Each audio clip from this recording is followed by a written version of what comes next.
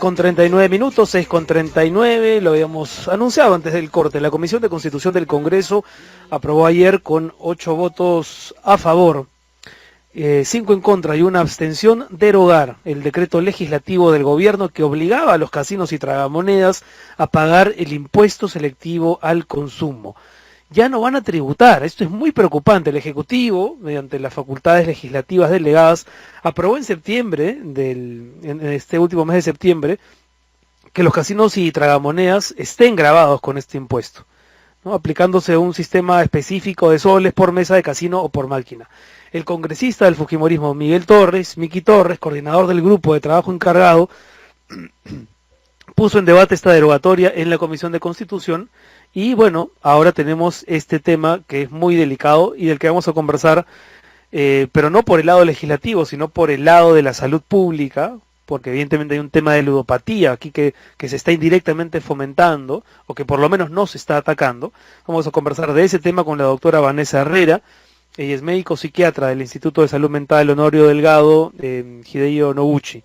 ¿Cómo está, doctora Herrera? Bienvenida a Conexión. Muy buenas tardes a todos nuestros queridos radioyentes de Conexión para hablar de un tema tan preocupante que nos indigna a todos los salubristas, como esta aprobación tan negativa para la salud de los peruanos y peruanas. ¿De cuántos peruanos estamos hablando aproximadamente, si es que se puede hablar en esos términos, cuando nos referimos de la población que se puede ver afectada con este tipo de legislación? En la medida en que, claro, va a seguir habiendo espacios y menos grabados para que puedan ir personas que de pronto tienen un cuadro de ludopatía.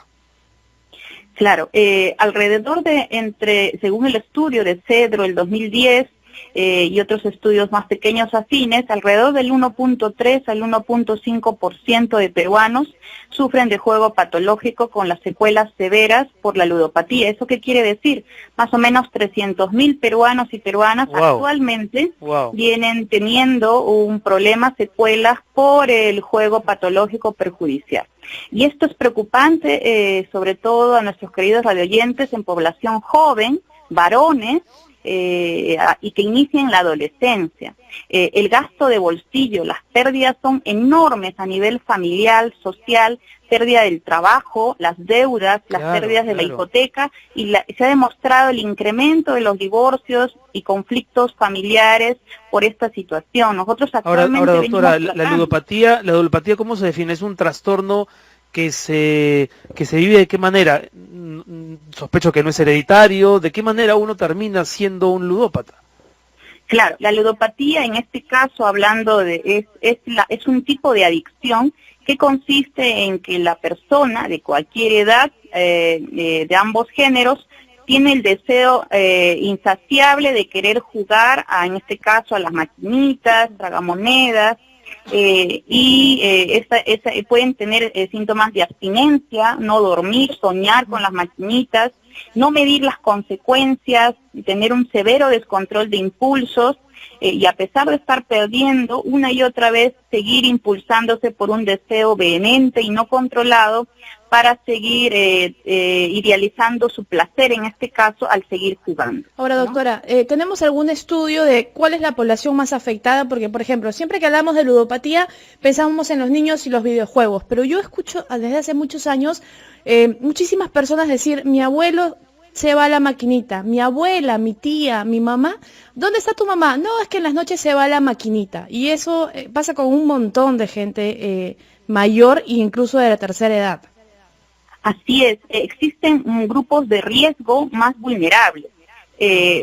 Los varones jóvenes, universitarios, por ejemplo, que tienen cierto grado de instrucción, son un grupo muy de riesgo que desea explorar y curiosear, llamémosle así, para indagar, entrar al tragamonedas saliendo del trabajo o de la universidad, por ejemplo.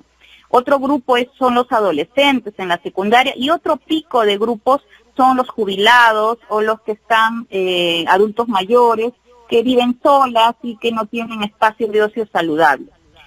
Ahora, ¿de qué manera, doctora, de qué manera convencemos a los oyentes que quizá no estén convencidos de que este es un tema de salud pública? Es decir, cuando se le permite a los casinos y tragamonedas operar sin pagar todos los impuestos que les correspondería, lo que se está haciendo indirectamente es poner en riesgo a esta población. Hablamos de más de 300.000 peruanos. Ujú. ¿Cómo diría usted que hay que convencer a quienes no ven en esta medida del Congreso un hecho que puede afectar a esos peruanos? Hace décadas se demostró el daño a todo nivel del tabaco y se ha recomendado por la Organización Mundial de Salud elevar los impuestos para cualquier tipo de drogas, incluso legales, como el alcohol y el tabaco. En el caso de los casinos se ha recomendado a nivel mundial hacer lo mismo. Ayer mismo veíamos un caso, por poner un ejemplo, una mujer con deseos de matarse porque tiene deudas de miles de dólares y no puede pagar y va a perder su casa. Y por eso se quiere matar y el esposo la va a dejar por esta situación. Sus hijos no le quieren hablar, no la quieren ver más, y ella está desesperada y ha intentado matar. Tenemos casos de mujeres, varones, que se llegan a suicidar por la situación de deudas y el costo social enorme. Tenemos empleadores que lamentablemente no pueden manejar la carga de un empleador que una y otra vez se ausenta de su trabajo porque se va al tragamonedas o se gasta en un día todo el salario por estar en el tragamonedas. Hijos desesperados porque su madre o su padre está en el tragamonedas y se gasta toda esa pequeña jubilación. Eso es algunos de los pequeños datos que podemos decir que día a día nosotros, cuidando la salud mental, estamos preocupados por esta situación. Bien, doctora, muchísimas gracias por haber conversado esta noche con nosotros. Eres la doctora Vanessa Herrera, médico psiquiatra del Instituto de Salud Mental Honorio Delgado Hideo Noguchi. Hay que pensar bien, Renato, como tú dices, este es un tema de salud pública.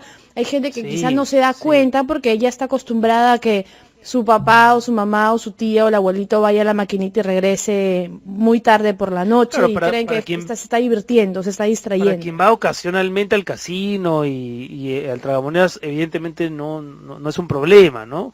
Pero hay, por supuesto, ya conductas un poco arraigadas, y en ese sentido creo que la opinión de la doctora Herrera ha sido súper valiosa, súper valiosa. Así es.